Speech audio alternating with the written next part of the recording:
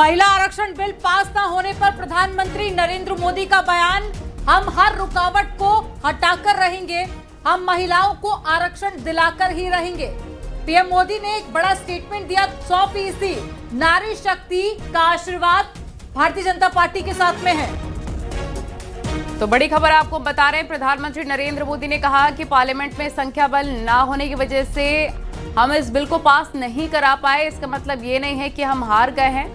और एक बार फिर से उन्होंने ये संकल्प लिया है कि उनको यानी कि नारी को उनका हक दिलाकर रहेंगे।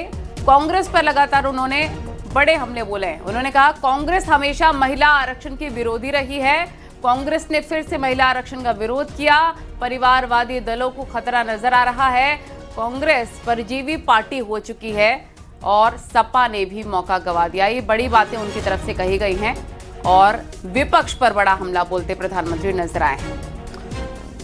प्रधानमंत्री नरेंद्र मोदी ने कई बड़ी बातें अपने संबोधन में कही हैं। उन्होंने कहा कि मेरे लिए देश हित था, उसको महिलाओं का अधिकार देने के लिए उन्होंने इस बिल को लाया था। लेकिन जिस प्रकार से विपक्ष के लोगों ने एक नारी शक्ति के साथ खिलवाड़ करने का काम किया, उनके भविष्य को अंधकार में डालने का काम किया है, निश्चित तौर से देश की हमारी माता बहनें उनको कभी क्षमा नहीं करेंगी। और आने वाले समय में जो प्रधानमंत्री जी ने अभी कहा है कि हम इससे पीछे नहीं हटने वाले हैं और हम लगातार इसका प्रयास करते रहेंगे और नारी शक्ति बंधन अधिनियम को हम निश्चित तौर से संशोधित करके लागू करवाने का प्रयास करते रहेंगे। सर, प्रधानमंत्री जी ने कहा कि समाजवादी पार्टी महिला विरोधी पार्टी है, इसलिए जो है महिला आरक्षण विधेयक को रोकने का काम। ये मुझे बताने की आवश्यकता नहीं। उत्तर प्रदेश की पूरी जनता, पूरी महिला जानती है कि समाजवादी पार्टी का रुख महिलाओं के प्रति कैसा रहा।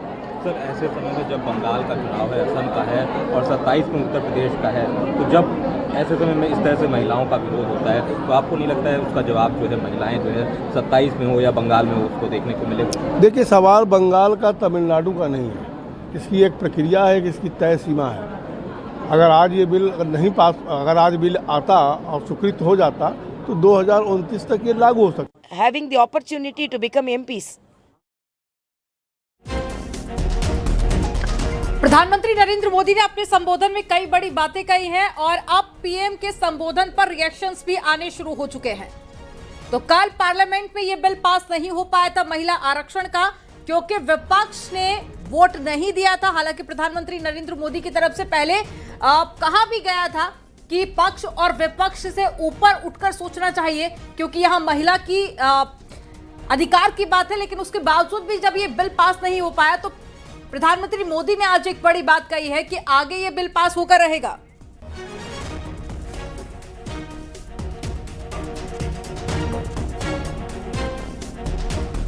और चलिए मेरठ का रुख करते हैं। उमेश श्रीवास्तव हमारे सहयोगी हमारे साथ जुड़ गया। उनके पीछे कुछ महिलाएं भी हमें नजर आ रही हैं। उमेश, जरा बातचीत करिए महिलाओं से। आज हर किसी को इंतजार था प्रधानमंत्री नरेंद्र मोदी के संदेश का कि कब 8:30 बजेंगे और प्रधानमंत्री को हम सुनेंगे। उनकी तरफ से ये कह दिया गया है कि हमारा जो विश्वास है वो अटूट है नारियों को लेकर और उनका भरोसा है जो हम उसे बना कर रहेंगे, भरोसा तोड़ेंगे नहीं। विपक्ष ने जरूर ऐसा कदम उठाया है। उनकी तरफ से क्या रिएक्शन सामने आ रहे हैं प्रधानमंत्री के संदेश को लेकर? बातचीत करें आप। जी हाँ, ये देखिए, प्रधानमंत्री नरेंद्र मोदी ने आज राष्ट्र के नाम संबोधन दिया और महिला आरक्षण के मुद्दे को लेकर विपक्ष पर जमकर प्रहार किया। कांग्रेस, एसपी, डीएमके, टीएमसी पर जमकर प्रहार किया। और मेरठ की महिलाएं इस विषय को लेकर क्या कहती हैं, पीएम के संबोधन को उन्होंने बहुत गौर से सुना है। हम सीधा यहाँ की महिलाओं से बात कर लेते हैं। अब ये बताइए मैडम, क्या कहना चाहेंगी जिस तरह से प्रधानमंत्री ने आज राष्ट्र को संबोधित किया और महिला आरक्षण को लेकर के उन्होंने अपनी बात रखी, क्या कहना चाहेंगे प्रधानमंत्री के संबोधन को लेकर? उन्होंने कहा हौसला बुलंद है। हाँ जी, हौसला बुलंद है, महिलाओं का भी हौसला बुलंद है। मोदी जी ने विश्वास महिलाओं के लिए दिखाया है, सभी दलों से उन्होंने टक्कर ली है और जो उनका फैसला था वो किसी एक राजनीतिक दल या एक राज्य के लिए नहीं था, पूरे देश की महिलाओं के लिए था। तो हमें पीएम के फैसले पर पूरा भरोसा है कि वो आगे हमें आरक्षण दिलवा के रहेंगे और महिला को सशक्त बनाएंगे पूरा। तो प्रधानमंत्री के संबोधन को लेकर आप लोग तालियां बजाते हैं। प्रधानमंत्री ने ये कहा है कि हौसला बुलंद है और वो नारी शक्ति के साथ हमेशा मजबूती के साथ खड़े हुए हैं। आप क्या कहेंगी? प्रधानमंत्री के संबोधन को आपने बहुत गौर से सुना है और जिस तरह से उन्होंने कहा, खासतौर से कांग्रेस पर जमकर प्रहार किया कि किस तरह से कांग्रेस की वजह से, एसपी की वजह से ये संशोधन विधेयक पारित नहीं हो पाया, तो सारा ठीक रहा विपक्ष पर जाता है। बिल्कुल सारा ठीकरा विपक्ष पर ही जाता है और हम पीएम जो हमारे हैं वो महिला शक्ति को आगे बढ़ाना चाहते हैं, उन्हें आरक्षण दिलवाना चाहते हैं। तो हम महिलाओं का पीएम मोदी के लिए पूरा सपोर्ट है और हम चाहते हैं कि वो महिलाओं को पूरा अच्छे से आरक्षण दिलवाएं। देश की महिलाएं मैडम विपक्ष को जवाब देने के लिए भी तैयार है। देश की महिलाएं विपक्ष को जवाब देंगी और जिस तरह से प्रधानमंत्री ने साफ। और चलिए सीधा रुख करेंगे अलाउद्दीन का, ब्रजेश पाठक उनके साथ में मौजूद है। अलाउद्दीन, बातचीत कीजिए। बिल्कुल, और राष्ट्र का जो संबोधन था उसको उत्तर प्रदेश के उप मुख्यमंत्री ब्रजेश पाठक ने न सिर्फ सुना बल्कि उनके साथ जो आधी आबादी है वो भी मौजूद रही। साफ तौर से स्क्रीन पर आप देखें तो सैकड़ों की तादाद में इतनी रात में महिलाएं उनका जो 9 राजभवन का आवास है वहां पर मौजूद रही और तमाम लोग जो है न सिर्फ उस संबोधन को सुना बल्कि जो बातें उन्होंने कही उसको आत्मसात भी किया। उप मुख्यमंत्री ब्रजेश पाठक मुझे ज्वाइन कर रहे हैं सीधा, उनकी धर्मपत्नी भी मेरे साथ हैं। सबसे पहले उप मुख्यमंत्री जी से बात कर लेते हैं। सर, आज जो पूरा राष्ट्र को संबोधन था, जो मैसेज था आधी आबादी को लेकर के, उस पर क्या कहेंगे सर? आदरणीय प्रधानमंत्री नरेंद्र मोदी जी ने देश की जनता के समक्ष उस पीड़ा को बखान किया है, उस पीड़ा का बयान किया है। आदरणीय प्रधानमंत्री नरेंद्र मोदी जी चाहते थे दशकों से, आजादी के बाद से महिलाएं जिस अधिकार का इंतजार कर रही थी उसको सदन के माध्यम से देश की सबसे बड़ी पंचायत में नारी बंधन शक्ति अधिनियम को पास करा करके माननीय प्रधानमंत्री जी महिलाओं को उनका अधिकार देना चाहते थे, उनका हक देना चाहते थे। कांग्रेस और उनके सहयोगी दलों ने, खासकर कांग्रेस और समाजवादी पार्टी ने जिस ढंग से महिलाओं के हक और अधिकार को लूटने का काम किया है, इसको देश और प्रदेश जनता कभी माफ नहीं करेगी। महिलाएं अपने घरों से निकल करके कांग्रेस और समाजवादी पार्टी को पूरी तरह से साफ करने का काम करेंगी। ये केवल महिलाओं के अधिकारों का हनन नहीं है, ये देश की आधी आबादी के हकों पर डाका डालने का काम कांग्रेस और समाजवादी पार्टी ने किया है। मैं समझता हूं समाजवादी पार्टी ने ऐसा क्यों किया। आप सब जानते हैं समाजवादी पार्टी की सरकार जब जब सूबे में आती है महिलाओं पर, बेटियों पर, बहनों पर अत्याचार अनाचार होता है। वो गुंडे जो बेटियों को तंग करते थे, बेटियों को परेशान करते थे, समाजवादी पार्टी उन्हीं के दम पर फूलती है, उन्हीं के दम पर सत्ता बनाती है। और अगर महिलाओं के हाथ में कमान आ जाती, महिलाएं कानून बनाने में शामिल हो जाती देश की संसद में, प्रदेश की विधानसभाओं में, तो महिलाएं इन गुंडे माफियाओं को प्रदेश से बाहर खदेड़ देती और ऐसा कानून कड़ा बनाती है हमारी बहनें कि गुंडे माफिया जेल से कभी बाहर नहीं आ पाते। अपने अपराधी तत्वों को बचाने के लिए समाजवादी पार्टी ने यह विरोध करने का काम किया है। मैं माननीय प्रधानमंत्री नरेंद्र मोदी जी का आभार प्रकट करता हूं। उन्होंने देश की महिलाओं को, प्रदेश की बहनों को जो अपना आह्वान के माध्यम से किया है कि उनका हक दिला करके रहेंगे। हम प्रदेशवासी सभी आदरणीय प्रधानमंत्री नरेंद्र मोदी जी का बहुत बहुत आभार प्रकट करते हैं। और प्रदेश की महिलाएं, आप देख रहे हैं कितनी रात में भी अपने घरों से निकल करके माननीय प्रधानमंत्री नरेंद्र मोदी जी की बातों को सुना है और उनका बहुत बहुत आभार प्रकट किया है। और सर, परिसीमन को लेकर के भी एक मिथ का जिक्र किया प्रधानमंत्री मोदी ने। जानते हैं कि परिसीमन हमेशा होता है, 2008 में भी हुआ था, एक सतत प्रक्रिया है। इस प्रकार की भ्रांतियां केवल समाजवादी पार्टी, कांग्रेस जैसे दल जो महिलाओं के अधिकारों को हमेशा लूटते रहे हैं, उनके नाम पर वोट लेंगे, उनको अधिकार नहीं देंगे आप? क्या आप चाहते हैं महिलाएं चार दीवारी के अंदर बैठ करके खाना बनाने का काम करें?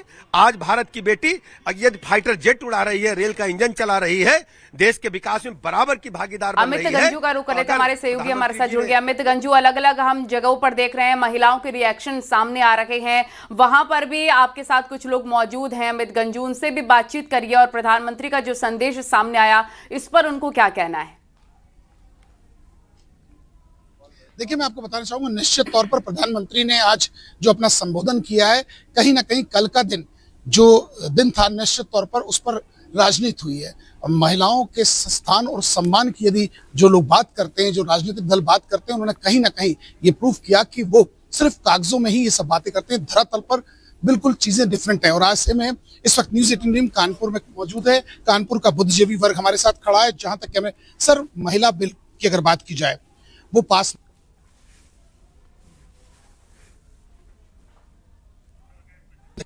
बिल्कुल होना चाहिए था। और कुछ खास मेहमान भी हमारे साथ में जुड़ गए हैं। डॉक्टर ऋचा सिंह जुड़ गई हैं, प्रवक्ता है भारतीय जनता पार्टी से, बहुत स्वागत है आपका। प्रोफेसर भुवन जोशी समाजवादी पार्टी से प्रवक्ता हैं और डॉक्टर परमवीर सिंह है राजनीतिक विश्लेषक। आप दोनों का भी बहुत स्वागत है। भुवन जोशी जी, आप ही के साथ में मैं शुरुआत करूंगी। एक तरफ महिलाएं विश्वास जता रही हैं, भरोसा दिखा रही हैं, तो वहीं प्रधानमंत्री नरेंद्र मोदी ने भी साफ संदेश दे दिया है कि आज नहीं तो कल ये बिल पास होगा। आपका क्या रिएक्शन है?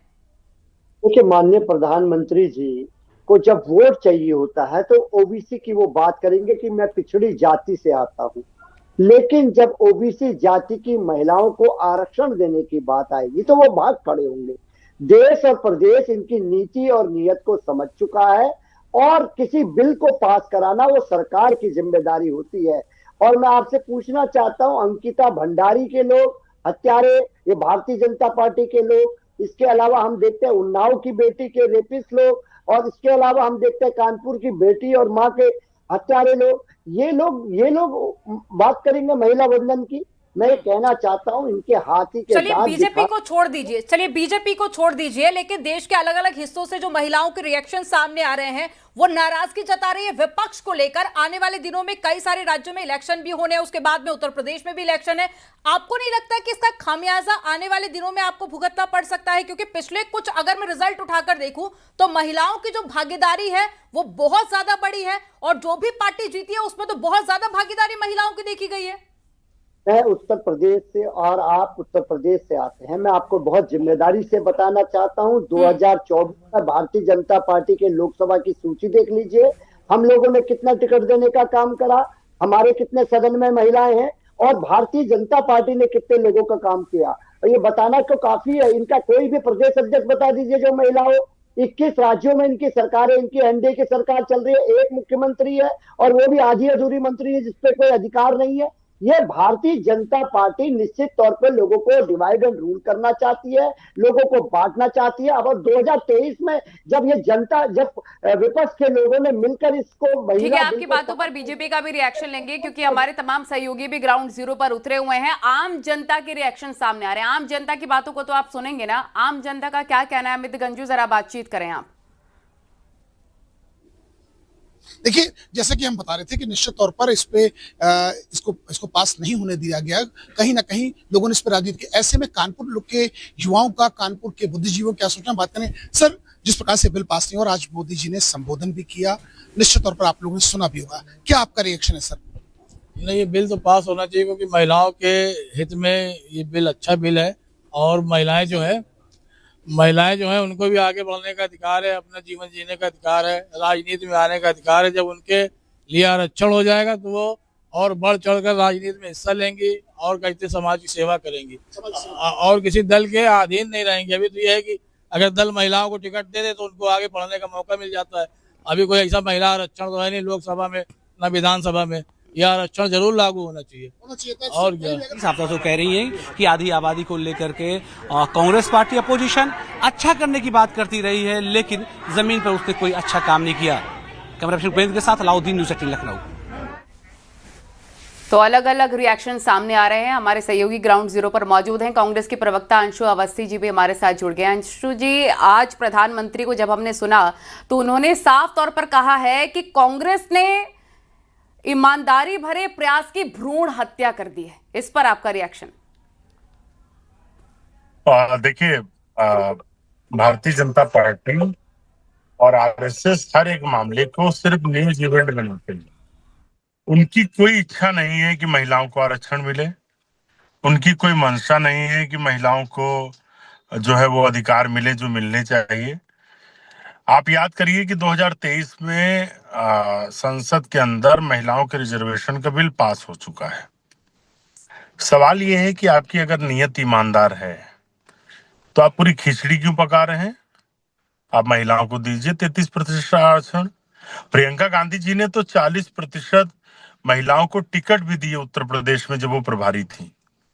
तो सवाल यही है कि बीजेपी सिर्फ ड्रामा करना चाहती है, इवेंट करना चाहती है, ईमानदारी से उनको हक भी देना चाहती है।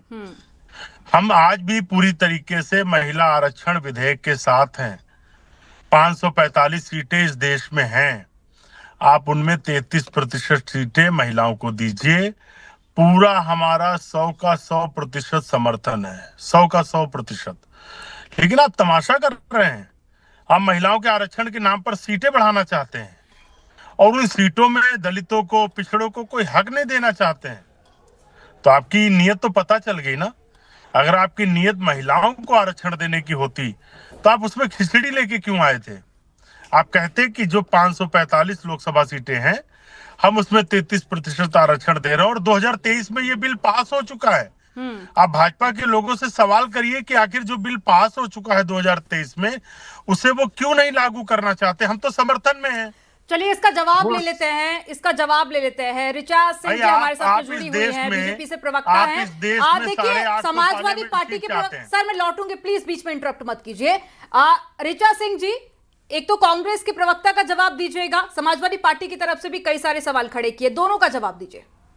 देखिए, नारी शक्ति वंदन अधिनियम को जमीन पर लागू करने के लिए 2029 से महिलाओं की सीटें सुरक्षित हो सके, आरक्षित हो सके, इसके लिए आवश्यक संशोधन बिलों को लेकर भारतीय जनता पार्टी आई थी। लेकिन कल जिस तरीके से उन संशोधन बिलों को इंडी अलायंस यानी कि एंटी विमेन अलायंस के दलों ने मिलकर गिरा दिया, उसके बाद इस पूरे देश की महिलाओं में एक निराशा थी और एक पीड़ा थी।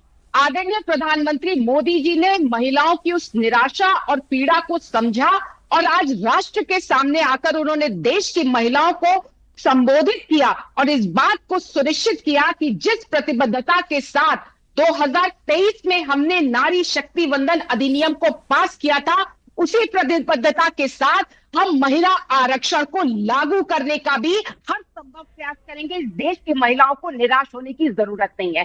लेकिन महत्वपूर्ण सवाल और भी कुछ है कि Congress party anti reform party है, समाजवादी पार्टी जिसका मूल चरित्र है 1992 से लेकर आज तक, जब महिला आरक्षण बिल सदन में आता है तो समाजवादी पार्टी कभी वेल में जाकर बिल की प्रतियां फाड़ देती है, तो कभी समाजवादी पार्टी के सांसद सदन के भीतर कोट एंड कोट कहते हैं कि अगर महिलाएं जीत कर आ जाएंगी तो देश के युवा सांसदों को सीटी बजाने का मौका मिल जाएगा। एक बार मैं चर्चा में डॉक्टर परमवीर सिंह जी को भी लाना चाहूंगी, जो कि राजनीतिक विश्लेषक हैं। परमवीर जी, मेरा सवाल आपसे ये है कि प्रधानमंत्री नरेंद्र मोदी ने आज जो कहा कि विपक्ष की तरफ से बिल्कुल लटकाने भटकाने की कोशिश की गई, क्या आपको लगता है कि विपक्ष के इस रवैये की वजह से आज महिलाओं को उनका हक नहीं मिल पाया, वो वंचित रह गई?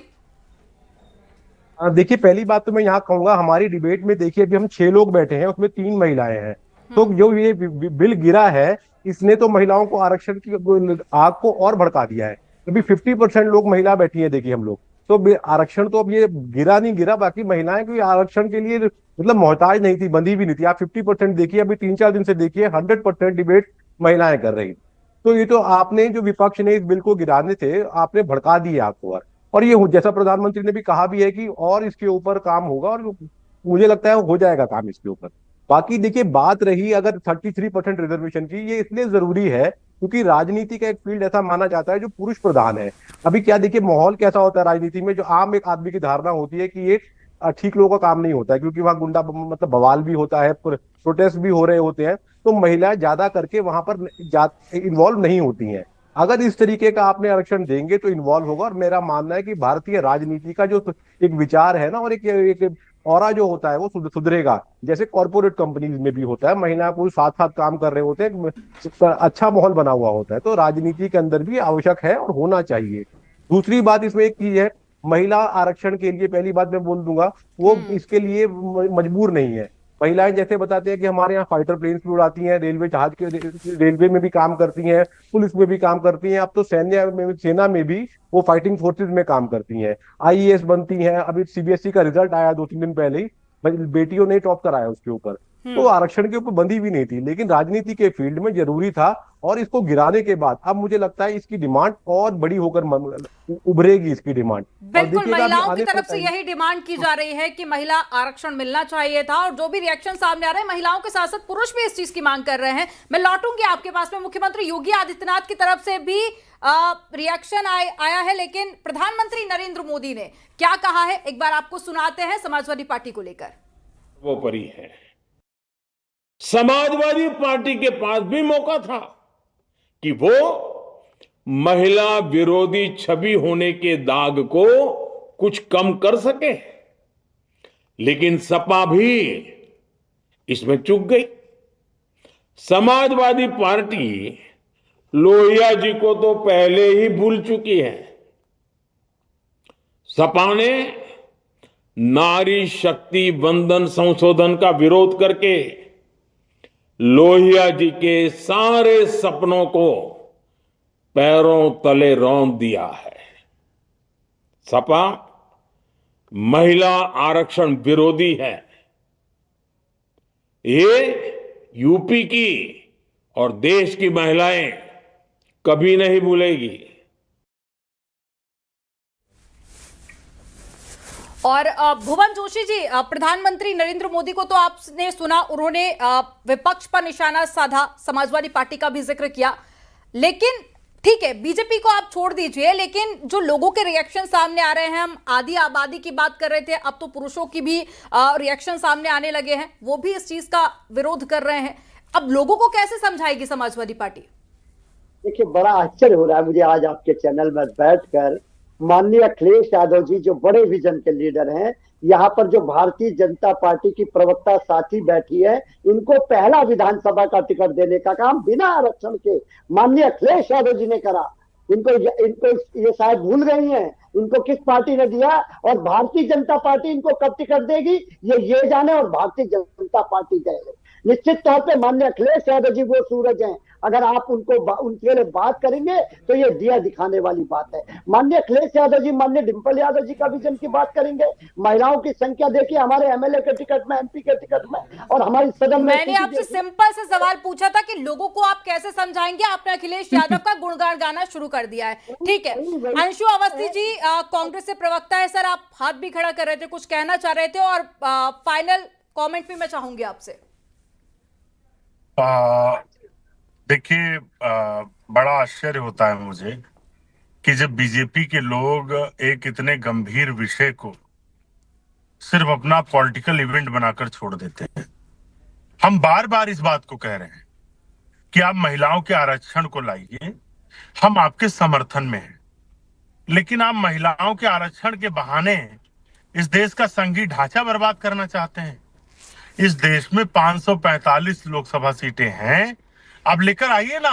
अरे अंशु जी, गृह मंत्री की तरफ से क्लियर तो कर दिया गया, बार बार कई बार एक ही चीज बोली गई, अब बार बार आप वही रिपीट कर रहे हैं। डॉक्टर ऋचा जी, मैं आपसे रिएक्शन जानना चाहूंगी जो भुवन जोशी जी कह रहे थे उसको लेकर। क्या रिपीट? देखिए, समाजवादी पार्टी घोषित रूप से महिला विरोधी पार्टी है। आप उससे सीटें बढ़ाना चाहते हैं महिलाओं के आरक्षण के नाम पर। आप 545 सीटों पर रिजर्वेशन दीजिए, कौन मना किया है? किसने रोका? फला क्यों बचा रहे हैं? आप एक परसेप्शन समाजवादी पार्टी, इनको चुप करा लीजिए तो मैं अपनी बात कह दूं। जी आप बोलिए, ऋचा जी आप बोलिए। देखिए, समाजवादी पार्टी का चेहरा महिला विरोध का चेहरा है, और गलत है। बिल को गिराने के बाद समाजवादी पार्टी और कांग्रेस पार्टी में सपा का जश्न मना रही थी। ये अपने आप में शर्मनाक हरकत थी कांग्रेस और समाजवादी पार्टी की। समाजवादी पार्टी को ये बताना चाहिए। अंशु अवस्थी जी, आप एक महिला जो बोल रही है उसको सुनना नहीं चाहते हैं, आप समर्थन कर रहे हैं महिलाओं का। एक सेकंड सुन लीजिए ऋचा जी को। देखिए, इनका जो समाजवादी पार्टी के मूल पर सवाल खड़ा कर रही हैं, इनका मूल तो समाजवादी बात मैं कहना चाहती हूँ कि महिलाओं को मौका देना समाजवादी पार्टी और कांग्रेस पार्टी एहसान समझती है। इसी एहसान को खत्म करने का काम आदरणीय प्रधानमंत्री मोदी जी कर रहे थे, और राजनीतिक दलों के लिए कानून ला रहे थे। तो बिल्कुल इस पर चर्चा बेहद